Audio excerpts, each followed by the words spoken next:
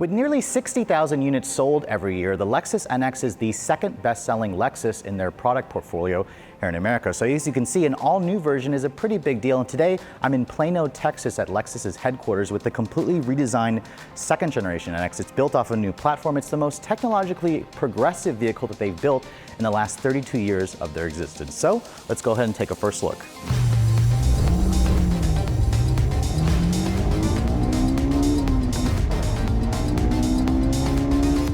So the Lexus NX was a little bit late to the compact luxury SUV party when it came to market in 2015. And as you can see, for 2022, the second generation model takes a big leap forward for Lexus. In fact, Lexus is claiming this is the start of 20 all new or completely refreshed Lexus models that you can expect from them by the year 2025. So let's start with the design, of course, of the new NX, because this is their current design language that we first saw on the Lexus IS. In fact, if you guys like the styling of the new IS, this is going to look exactly the same to me. In fact, the grille, of course, has the Lexus spindle. This one here is the F Sport model, so you have the black faced grille with the intricate L's that has this really nice depth. It creates a lot of detail. This one here has the optional premium triple beam LED headlights. You have this new LED daytime running light where now the running light and the actual headlight are just one single module. The previous generation had a separate piece which looked a little bit like a fisheye hook. It was a little tacky in my opinion.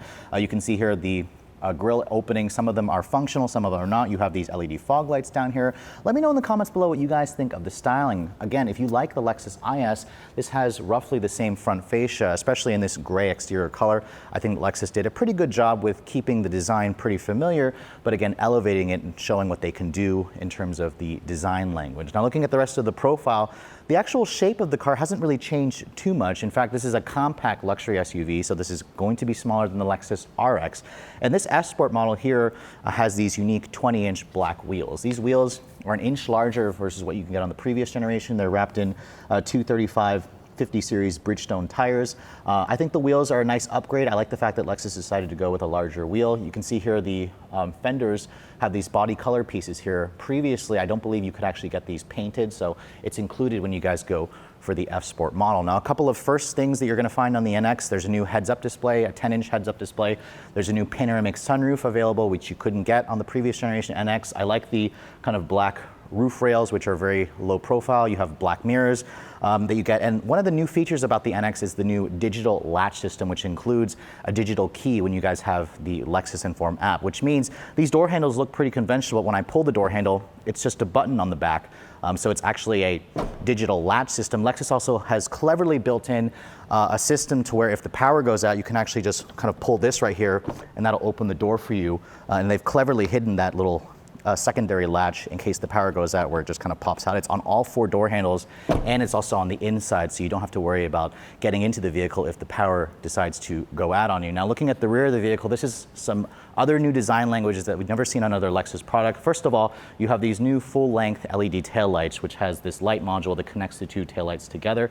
It has a very nice, sleek look to it. I think the Lexus NX looks a lot more new from this angle. And of course, you're probably noticing Lexus is now spelling out Lexus at the back instead of the traditional L logo here, which I kind of think it looks a little naked without it, but I do like how Lexus is trying to make it look a little bit more modern, a little bit more distinctive. Down here you can see this one is the NX 350, which I'll talk about the powertrains in just a moment.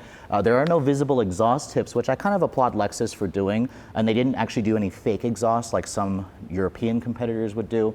So overall, it's equally distinctive as a Lexus, but it also looks a lot more modern. Now, in terms of the trunk capacity, I don't have final figures just yet, but Lexus says this is bigger, it's longer, it's wider, it's a little bit lower, but it does appear to have a lot more cargo space. That was a flaw of the previous generation where it was a lot smaller than most of its competitors. Underneath here, you can see there's a nice little storage area. I imagine the spare tire is going to need underneath the rear bumper, but overall, as an SUV, it appears that Lexus has done their part and made this a little bit more practical and made it look a lot more distinctive on the outside. Now, as a luxury SUV, the interior is going to be obviously a very important consideration for a lot of luxury buyers. And this is where Lexus spent the majority of their time because they wanted to really wow us. And of course, it's going to start with the technology aspect. I want to show you guys, first of all, the key fob hasn't changed. However, what has changed is when I start the vehicle up, there's a new startup chime, which is nice because the old one kind of sounded like a Toyota. So I like the fact that that little detail there, Lexus is improving on that. And as you can see here, this massive touchscreen is 14 inches. This is part of the new Lexus interface infotainment system. It's a touchscreen. They got rid of that horrible mouse remote touchpad controller that everybody hated. And this now includes wireless Apple CarPlay and Android Auto. The standard screen will measure 9.8 inches. It also will include the wireless Apple CarPlay and Android Auto, but this is the optional 14-inch screen, which again looks very impressive. There is a lot of piano black plastic trim here, although I think that it looks really nice with the black with the red interior that you get on this F Sport package. In terms of the rest of the materials here, you can see this is a soft touch injection molded plastic. My tester has the panoramic sunroof. It's got the Mark Levinson stereo system. The door panels are also soft touch. I do wish there was a little bit more in terms of real contrasting stitching that you find on the dash, but this is the F Sport model. I haven't seen what the luxury version is going to look like, so maybe Lexus may put some more stitching in there. There's some nice stitching here on the center console, and you can see there's a new Lexus steering wheel with these paddle shifters. The steering wheel itself is also a power tilt telescoping, which is nice. And the door handles, if you guys are looking to figure out how they open, you actually just kind of push this little button here and that opens the door for you. And if the power is out, you can just pull that twice and it'll actually unlock the door for you, which is again a really nice safety feature that Lexus was thinking about in terms of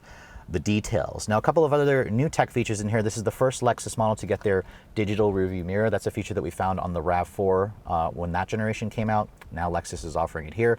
This one here also has the 10-inch head-up display, which is a nice tech feature. And in terms of the instrument panel here, you have a 7-inch LCD, which is standard. I do think that at 7 inches, it's a little bit small. I kind of wish Lexus had made this a 12-inch display. You can see some of the displays here are kind of like an analog portion with mixed with digital, but it does look a lot more modern and a lot more clear. When I put the vehicle into reverse, which it won't let me do right now, but if I push this little view button here, there is a full 360 perimeter scan camera, which as you can see in the studio here, it looks a little odd because we're kind of in this white background. I can tell Lexus has updated the graphics, but I'm still not quite in love with how this looks. This is where I want to focus a little bit on because this is their new Lexus Inform interface. It includes things like wireless over-the-air updates, so you can get new updates to where the system won't look dated. It basically runs off of the cloud. This is a Google cloud-based GPS system, which you can see is very quick to respond. It's very snappy. Lexus wanted this to have a very easy interface because they heard the complaints about their previous system. You can see some hard buttons are included in the screen here where they're always there. You can see your heated and cooled seat controls are there. Your heated steering wheel control is there. You can access your climate, of course, through here. This also has their new Lexus personal assistant where you can say, "Hey Lexus," which this is an early production model. You can say commands like, "Hey Lexus, find me my nearest coffee shop." It'll pop up for you and kind of work like an Amazon Alexa or an Apple HomeKit, for example, like that. So this is a new system here. I'm gonna have to spend a little bit more time with it at a later date where I can actually live with it. I can pair my phone to it and see how the wireless CarPlay works. There are a couple of more wireless features here like wireless phone charging. This shifter essentially is an electronic shifter that comes out of the Lexus LC. 2 cup holders over here, nice padded area here where you would rest your arm, and then you can see pretty big center console. There's 2 USB ports, not in here, but there's a USB-C and a standard USB-A. So overall, a lot of new tech features that I like Lexus is including. And really, it gets me excited to see what the next generation of Lexus products is going to look like, because now that we have a decent infotainment system that looks very competitive in this segment, it really gets me excited to see what Lexus is capable of for their even bigger models. Now, the back seat of the new NX is an area where Lexus wanted to improve as well. Now, I don't have final numbers back here just yet, but at 5'7" getting back here, you can see there is more legroom, I can tell immediately. And there's a couple of new features. Like I mentioned earlier, that door lock mechanism where you just push this button here that lets you out. If the power is out, you just double tap, pull that, and it'll open the door in the same way. Lexus says you can use that in any capacity that you'd like. So if you prefer to do it the manual way, you can use it that way and you're not going to risk damaging the system. I know Tesla will say that they don't want you to use the manual system and they prefer that you use the automatic latch system. Now, in terms of other features, you can see there's rear seat air vents. There's 3-level heated seats back here, which is nice. You have 2 USB-C charging ports, an actual 12-volt power outlet over there. And in terms of right here, you can see there's an armrest that folds down. Remember, the Lexus NX remains a two-row vehicle, but I am noticing there is significantly more rear seat legroom, which is going to be a huge consideration factor for a lot of luxury shoppers.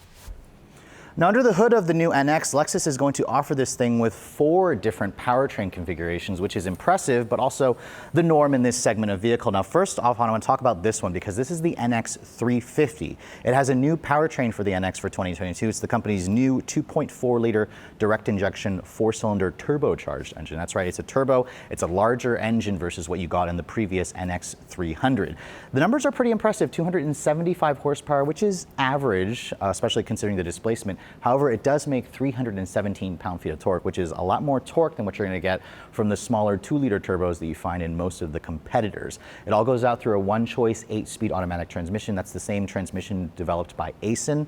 And this vehicle will come standard with all-wheel drive if you guys go for the 2.4-liter turbo. Lexus says 0 to 60, expect that in around 6.8 seconds. It's about a half a second quicker than the previous generation NX 300. And like I said earlier, fuel economy has not been mentioned yet. They also didn't mention the weight or the towing. Now, if you guys want a different powertrain, Lexus is going to offer 3 others. The base engine is a 2.5-liter naturally aspirated 4-cylinder. They're calling that the NX 250. Lexus says that'll make 203 horsepower. It'll be paired with an 8-speed auto. That's the one that will be available with front-wheel drive or all-wheel drive as an option. There's also going to be an NX 350H, which is essentially the same powertrain out of the RAV4 hybrid that pairs a 2.5-liter 4-cylinder with 3 electric motors, standard all-wheel drive. That'll make 239 horsepower, and Lexus says that'll get up to 36 mpg combined, which is pretty impressive.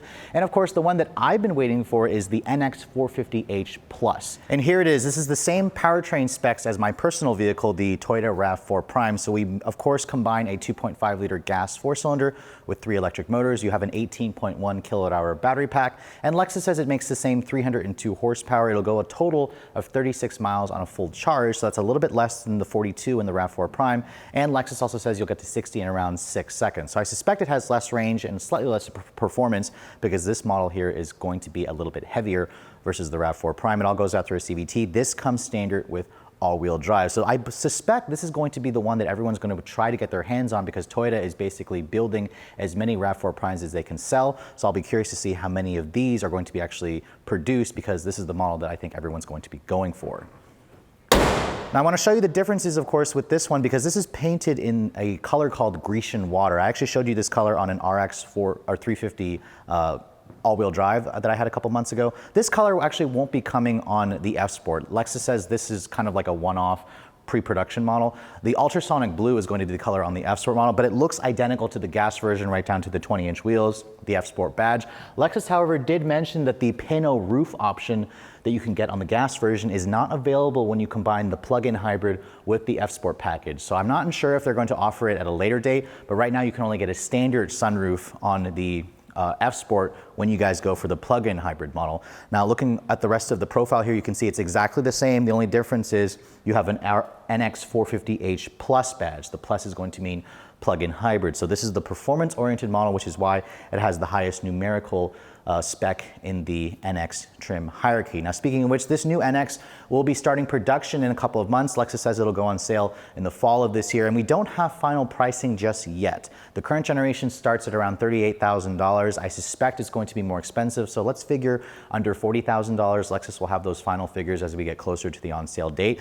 The price of this model is probably where I'm going to be wondering where it's going to be because a RAV4 Prime is around $38,000 to start. I'd expect to spend at least $10,000 more for the NX 450H because that gorgeous interior. This one here has the white interior, which looks even better, in my opinion, than the red. That massive 14-inch screen, all the technology here with the digital key, of course, the Lexus Inform app, those digital latch system. This is going to be a huge technological progression for Lexus, and it really gets me excited for the next generation of Lexus vehicles because as I said earlier, this is one of 20 new or significantly updated models that you should expect from the company to come to market by the year 2025. But with all that said, I hope you guys have enjoyed my full overview on the 2022 Lexus NX. If you're also looking to see the latest cars I'm testing, be sure to follow me on Instagram at redline_reviews, like us on Facebook, and as always, guys, please keep subscribing to the Redline Reviews YouTube channel for all the latest reviews. Thank you so much for watching. I'll catch you all in the next video.